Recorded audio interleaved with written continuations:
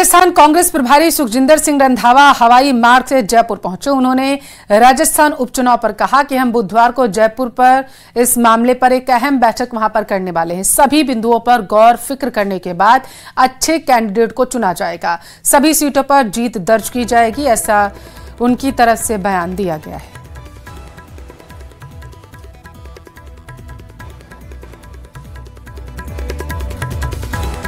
आप ही देख लो और फिर इसका क्या किया है उन्होंने, क्या मिला है लोगों को, क्या दिशा दी है, क्या पाकिस्तान के साथ क्यों हो रहा है, क्या चाइना का है। तो एक सिर्फ गाड़ी निकालना कांग्रेस को ये एक उनका है, उसमें लोगों ने बता दिया उनको कि उसमें भी उनको रिजेक्ट कर दिया गया। और आज देखो कि पार्लियामेंट में राहुल गांधी मजबूती के साथ देश की राजनीति कर रहे हैं। वो इलेक्शन लड़ने की राजनीति कर रहे हैं। जब मोदी गवर्नमेंट सिर्फ इलेक्शन लड़ने के लिए राजनीति करते हैं, वो देश को बचाने की राजनीति कांग्रेस करते हैं। भारतीय वायुसेना ने भारत पाक अंतर्राष्ट्रीय सीमा से सटे सरहदी जिले जैसलमेर में सूर्य किरण का एरोबेटिक शो का प्रदर्शन किया। इस दौरान जैसलमेर का आसमान सूर्य किरण विमानों की तेज गड़गड़ाहट और रंगों से सराबोर हो गया। भारतीय वायु जागरूकता कार्यक्रम के तहत सूर्य किरण एरोबेटिक टीम ने जैसलमेर के डेडांसर मैदान में एरोबेटिक शो का आयोजन किया है।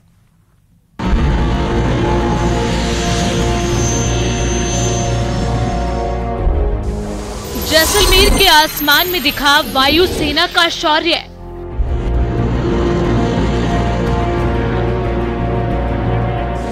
सूर्य किरण ने दिखाए हैरतअंगेज करतब।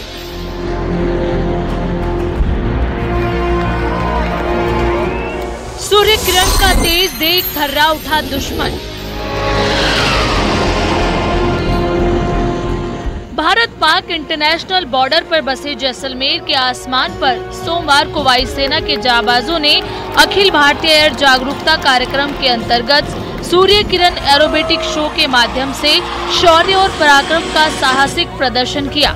जिला मुख्यालय स्थित डेडांसर मैदान में आयोजित हुए सूर्य किरण एरोबेटिक शो के तहत वायुसेना की सूर्य किरण एरोबेटिक टीम ने हैरतअंगेज करतब दिखाए। इन प्रदर्शनों को देखकर दर्शक मंत्रमुग्ध हो गए।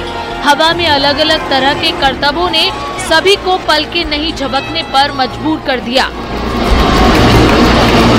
टीम के 9 विमानों ने आसमान में एरोबैटिक का प्रदर्शन किया और हमारा हर बार मुख्य उद्देश्य यही होता है कि भारत के अलग अलग दिशाओं में जाकर देश के जो युवा हैं उनको जागरूक करें और प्रेरित करें। भारतीय वायुसेना, भारतीय नौसेना और अलग अलग आर्म्ड फोर्सेस को ज्वाइन करने का। भारतीय वायुसेना के हर पायलट बहुत ट्रेनिंग के बाद और बहुत ही प्रैक्टिस के बाद काबिल बनते हैं कि इस तरह का एरोबैटिक डिस्प्ले दर्शा सके। तो ये दिखाता है हमारे पायलट्स का और हमारी पूरी की पूरी आर्म्ड फोर्सेस का जोश और जो उनकी कार्य कुशलता है, ये इसी को दर्शाता है। सूर्य किरण की एरोबेटिक टीम ने पहली बार जैसलमेर के डेडांसर मैदान के ऊपर हैरतअंगेज करतब दिखाए। विमानों ने एंट्री करने के दौरान आसमान में तिरंगा बनाया। वायुसेना स्टेशन से सूर्य किरण के 9 हॉक विमानों ने उड़ान भरी। 3-3 के सेट से एक के बाद एक उड़ान भरते हुए विमानों ने आसमान में धुएं से तिरंगा बनाया। यूथ को डेडिकेट करते हुए वाई फॉर्मेशन बनाई। ग्रुप कैप्टन GS ढिल्लों ने टीम को कमांड किया।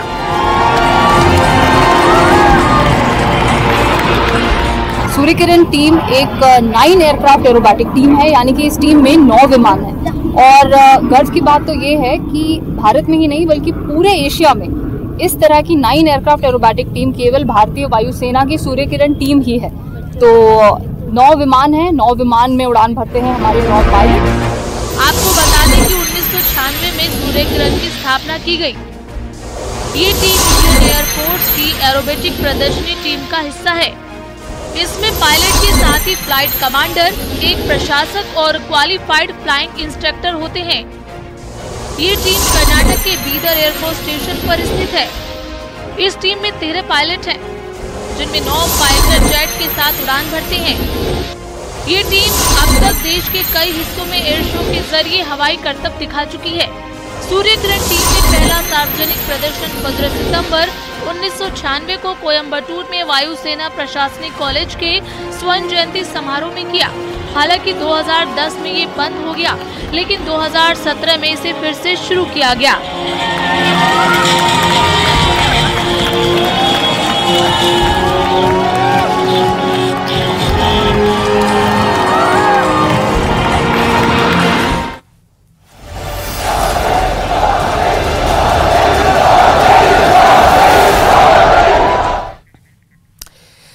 पीएम मोदी के जन्मदिन को बीजेपी सेवा पखवाड़े के रूप में मना रही है और इसी के तहत खुद मुख्यमंत्री ने जयपुर के मालवीय नगर में झाड़ू लगाकर श्रमदान किया है।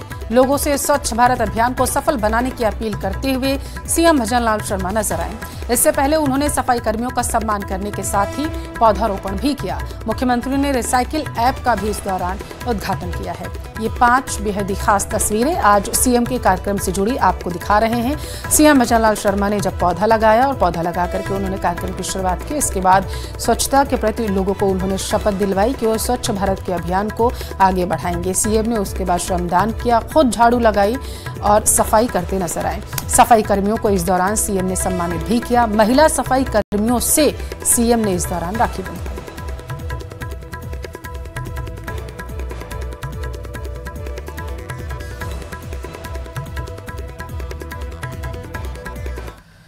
वहीं सीएम भजनलाल ने बीजेपी के सदस्यता अभियान की शुरुआत की। आज से सीएम ने महाजन संपर्क अभियान की शुरुआत कर दी है। सांगानेर वार्ड नंबर 71 से सीएम भजनलाल ने महाजन संपर्क अभियान की शुरुआत की। साथ ही मुख्यमंत्री भजनलाल शर्मा ने गोविंद देव जी मंदिर में पूजन अर्चन किया।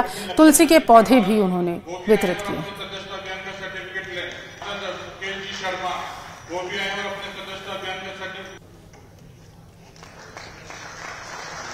मुख्यमंत्री जी का स्वागत करें, अभिनंदन करें। तो बीजेपी के महाजन संपर्क अभियान को हरी झंडी दिखाते हुए सीएम भजनलाल शर्मा नजर आए जब उन्होंने सदस्यता अभियान की शुरुआत की। 2 तस्वीरें आपको दिखा रहे हैं। सीएम भजनलाल शर्मा मंच पर मौजूद थे। लोगों को जिन्होंने सदस्यता ग्रहण की है बीजेपी की और उसका पत्र देते हुए नजर आए। तो वहीं सीएम ने तुलसी का पौधा दिया, लोगों को बांटे। उसकी तस्वीरें भी आपके टेलीविजन स्क्रीन पर है। जयपुर से लोकसभा सांसद से सीएम भजनलाल शर्मा ने बीजेपी प्रदेश मुख्यालय में पीएम मोदी के जीवनी पर आधारित प्रदर्शनी का भी उद्घाटन किया है। आपकी जानकारी के लिए आपको बताते चलें कि आज पीएम मोदी का 74वां जन्मदिन है और इस मौके पर बीजेपी की तरफ से तमाम कार्यक्रम का आयोजन किया गया और इसी सिलसिले में पीएम मोदी के जीवनी पर आधारित एक प्रदर्शनी का आयोजन किया गया था, जिसका उद्घाटन सीएम भजनलाल शर्मा ने किया।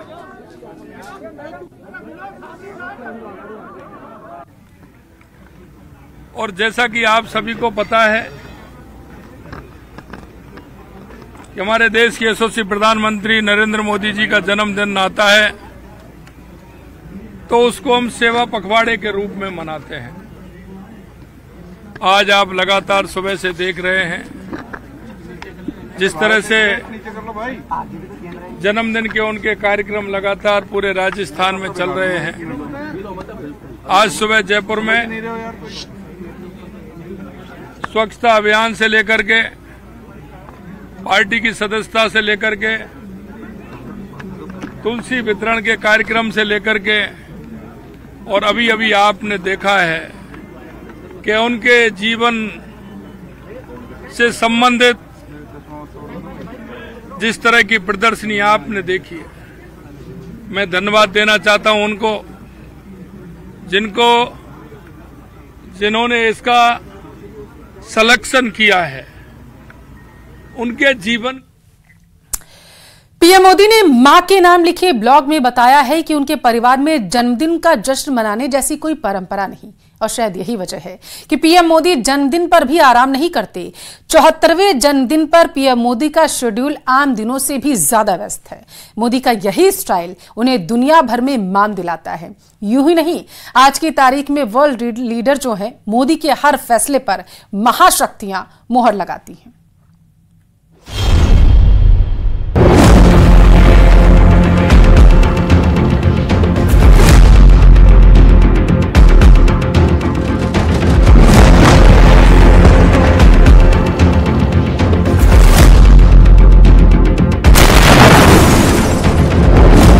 धरती के 2 छोर बारूदी तपिश से जल रहे हैं। अंतहीन युद्ध की इस त्रासदी का अंत कैसे होगा, कौन करेगा? क्या वो महाशक्तियां जिन्होंने युद्ध को भड़काया कभी शांति की पहल करेंगी? युद्ध समझौते की तमाम कोशिशें क्यों कामयाब नहीं हो पाई? वजह तलाशने की जरूरत नहीं, सब शीशे की तरह साफ है। रूस यूक्रेन युद्ध की वजह नेटो है। अमेरिका से नजदीकियां बढ़ाने के लिए जेलेंस्की ने नेटो सदस्यता हासिल करनी चाहिए, जिससे बढ़ के प्रेसिडेंट पुतिन ने यूक्रेन पर हमला बोल दिया। इजराइल हमास की बारूदी अदावत को नई चिंगारी 7 अक्टूबर 2023 को नरसंहार से लगी, जिसके बाद दो खेमों में बटी महाशक्तियों ने युद्ध भड़काने का हर हथकंडा आजमा लिया। अमेरिका यूक्रेन के साथ है, पश्चिमी देश अमेरिका की बनाई लीग पर चलते हैं। इसी तरह इजराइल के पक्ष में अमेरिका खुलकर है, वहीं हमास के साथ मुस्लिम वर्ल्ड है। तुर्की जैसा ताकतवर देश है। ईरान समर्थित सभी फाइटर ग्रुप हमास के साथ युद्ध में जुटे हैं। ईरान का इजराइल से अघोषित युद्ध ही चल रहा है, तो फिर ये युद्ध रुकेंगे कैसे? सिर्फ एक ही रास्ता है, जो रास्ता भारत दिखा रहा है। दुनिया आपकी तरफ देखती है, भारत को हर जगह चाहती है। प्रधानमंत्री मोदी के पर्सनल रिलेशनशिप, चाहे वो पुतिन हो, चाहे बाइडन हो, चाहे और कोई लीडर हो दुनिया के, सबके साथ बड़े अमेजिंग रिलेशनशिप है। और उस रिलेशनशिप के चलते ही आज की डेट में डिप्लोमेसी जो है हाईएस्ट लेवल पे होती है। तो उसके चलते ही हम देख रहे हैं कि ये किस तरह की बड़ी बात है। तो मैं समझता हूँ कि विदेश नीति के पर्सपेक्टिव से भारत आज एक बहुत बड़े ऊंचे मुकाम पर है। जुलाई 2024 में रूस यात्रा पर गए नरेंद्र मोदी को पुतिन ने अपने घर पर निमंत्रण दिया था। दोनों लीडर की जुगलबंदी देख दुनिया दंग थी। मैं जानता हूं कि आज का युग युद्ध का है नहीं, और हमने फोन पर भी कई बार आपसे इस विषय में बात की है कि डेमोक्रेसी और डिप्लोमेसी और डायलॉग, ये सारी बातें ऐसी हैं कि जो दुनिया को एक स्पर्श कर। रूस में जिस तरह मोदी को मान मिला, ठीक वैसा ही इस्तकबाल कीव में हुआ। 23 अगस्त 2024 को कीव में पीएम मोदी ने राष्ट्रपति वोलोदिमीर जेलेंस्की से मुलाकात की। यूक्रेन की आजादी के बाद नरेंद्र मोदी यूक्रेन यात्रा पर पहुंचे पहले भारतीय प्रधानमंत्री थे। युद्ध की मार झेल रहे यूक्रेन को पीएम मोदी ने भीष्म का तोहफा भेंट में दिया। भीष्म क्यूब सभी तरह की चोट और मेडिकल परिस्थिति से निपटने के लिए शुरुआती दवाएं और मेडिकल औजार से लैस है। भीष्म क्यूब में बेसिक ऑपरेशन रूम के लिए जरूरी सर्जिकल औजार रहते हैं, जिससे 15 सर्जरी की जा सकती है। भीष्म क्यूब में जलने, फ्रैक्चर और खून बहने जैसी आपातकालीन हालात में 200 केस निपटाने की क्षमता है। कीव में भी पीएम मोदी ने यूक्रेन और रूस को शांति की राह पकड़ने की अपील की। पीएम मोदी की बातों का असर ये हुआ कि प्रेसिडेंट पुतिन को कहना पड़ा कि भारत की मध्यस्थता से युद्ध का अंत संभव है। Партнерам, которые, я считаю, искренне заинтересованы в решении всех вопросов, связанных с этим конфликтом, это прежде всего Китайская Народная Республика, Бразилия, Индия. Я постоянно в контакте с нашими коллегами по этому вопросу, и у меня нет сомнения в том, что руководители этих стран... हर आदमी ये चाहता है, चाहे मिडिल ईस्ट का वॉर हो, चाहे रशिया यूक्रेन का वॉर हो या दूसरे कोई और प्रॉब्लम्स हैं, कि सब लोग ये चाहते हैं कि भारत उसमें एक सक्रिय भूमिका निभाए और एक ट्रस्ट भारत की जो कैपेबिलिटी है, इसकी बिनाइन पावर का है, एक प्रधानमंत्री के खुद के एक पर्सनालिटी में कहूँगा और उनकी एक विजन है, उसमें काफ़ी लोगों का एक विश्वास है बाहर के देशों का। पीएम मोदी के इस पैगाम की दुनिया कायल है कि युद्ध में भारत कभी न्यूट्रल नहीं, भारत हमेशा शांति के पक्ष में डट कर खड़ा है।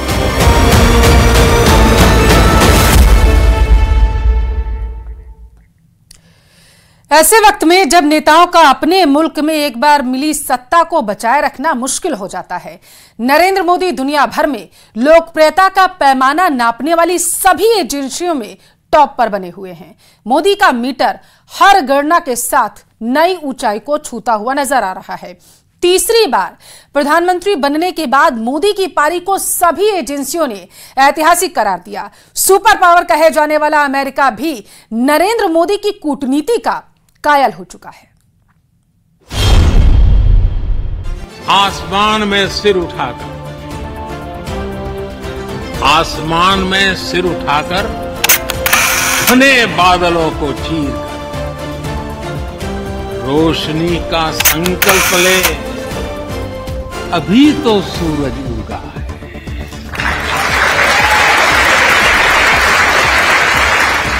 अभी तो सूरज उगा है।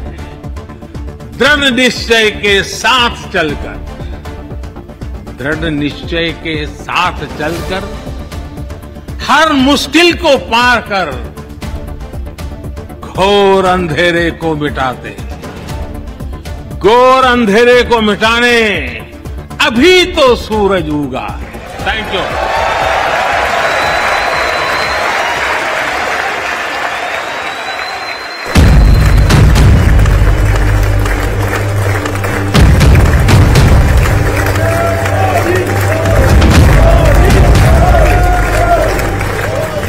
अमेरिकी संसद के संयुक्त सत्र को दूसरी बार संबोधित करने का इतिहास रच रहे नरेंद्र मोदी ने खुद की लिखी कविता से प्रेरणा दी थी।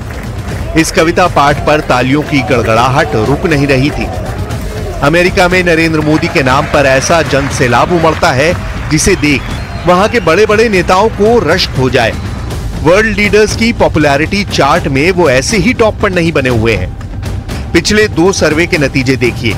टॉप 10 में तमाम नेताओं की अप्रूवल रेटिंग कहां से कहां पहुंची और नरेंद्र मोदी टॉप पर बने हुए हैं। दुनिया की फास्टेस्ट ग्रोइंग इकोनॉमी है, लार्जेस्ट डेमोक्रेसी है, लार्जेस्ट पॉपुलेशन है, बिगेस्ट ह्यूमन रिसोर्स है। डिजिटल ट्रांसफॉर्मेशन भारत का जो हुआ है वो सारी दुनिया को दिखता है। और भारत का जो विश्व मित्र वाला जो एक आयाम है वो पैंडेमिक से लेकर के किसी भी तरह आज तक एक voice of global south Bharat उभरा है। जिसका इतना नाम है उनके नाम उतने ही सम्मान भी हैं। 6 जुलाई 2024 मॉस्को, रूस।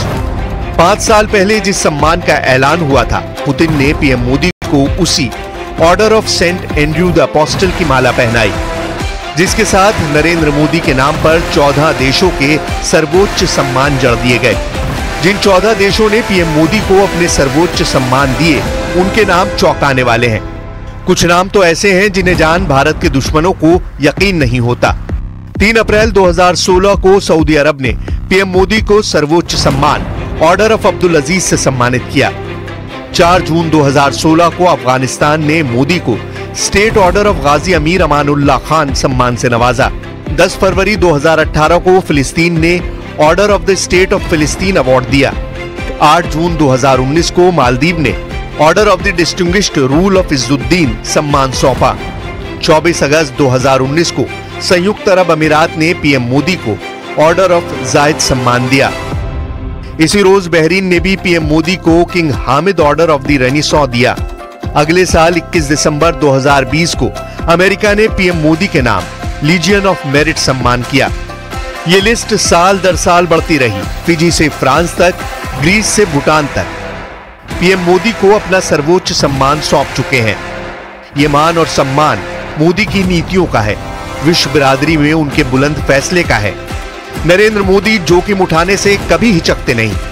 निडर लीडर के इसी स्टाइल ने उन्हें सबसे लोकप्रिय स्टेट्समैन बनाया है।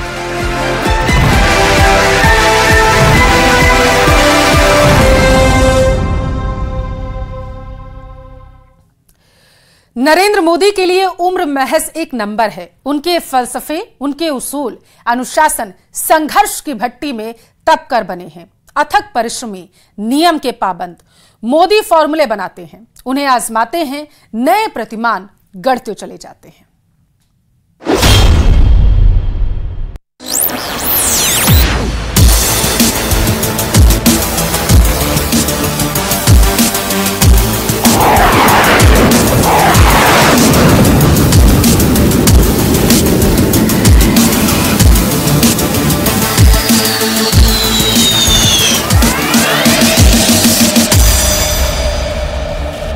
एक 1.6 मैक की रफ्तार, 45 मिनट तक उड़ान। जब पीएम मोदी ने थामी तेजस की कमान, आसमान में तूफान की तरह उड़ान भरने वाले जंगी जेट में उड़ान भरना आसान नहीं, वो भी उम्र के उस पड़ाव में जब लोग बिस्तर थाम लेते हैं। लेकिन नरेंद्र मोदी ने जब तेजस में उड़ान भरने का इरादा किया तो उनका लुक देखते ही बना। 25 नवंबर 2023 की इस तस्वीर में नरेंद्र मोदी का लुक आसमानी योद्धाओं जैसा था। बेंगलुरु में स्वदेशी तेजस लड़ाकू विमान में 45 मिनट तक पीएम ने उड़ान भरी थी।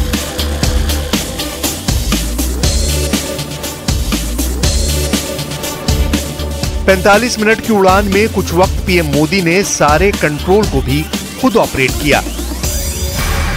जंगी जेट की सवारी करते हुए पीएम के चेहरे पर आत्मविश्वास की जो झलक दिखी वो अद्भुत थी।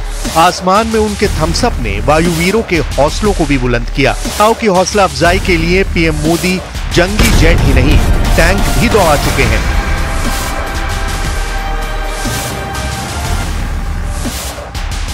जनवरी 2019 में पीएम मोदी ने सूरत में K9 वज्र टैंक की सवारी की थी। ये मौका हजीरा L&T में तैयार वज्र टैंक को देश को समर्पित करने का था। इसके बाद अगले साल नवंबर 2020 में पीएम मोदी ने लोंगेवाला पोस्ट में रेगिस्तान में टैंक की सवारी का सबको चौंकाया था।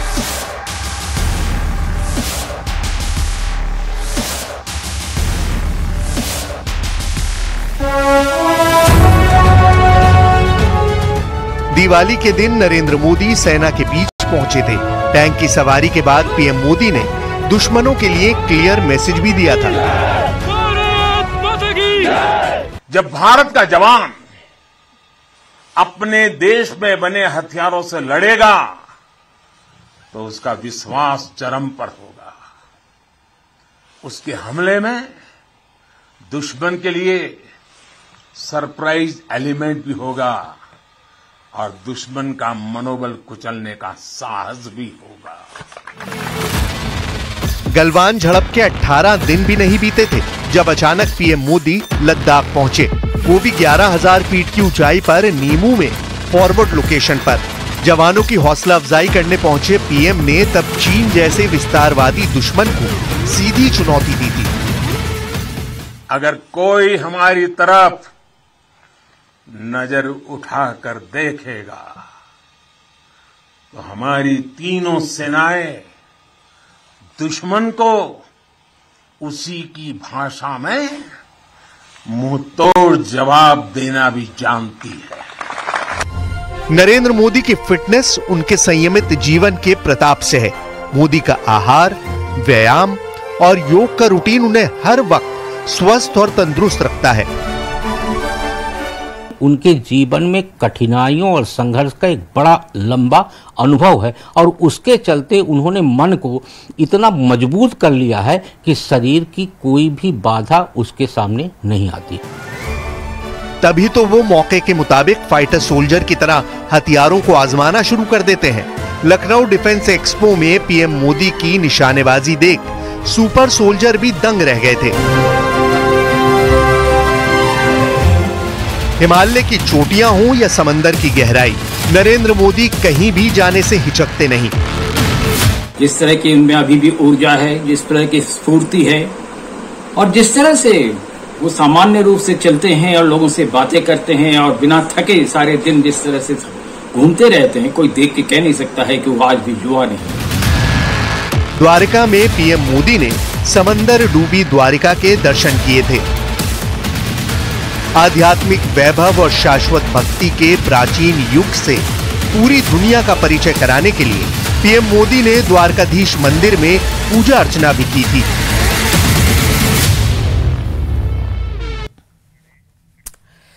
और यहां वक्त है एक छोटे से ब्रेक का। आगे आपको दिखाएंगे खबर दोपहर।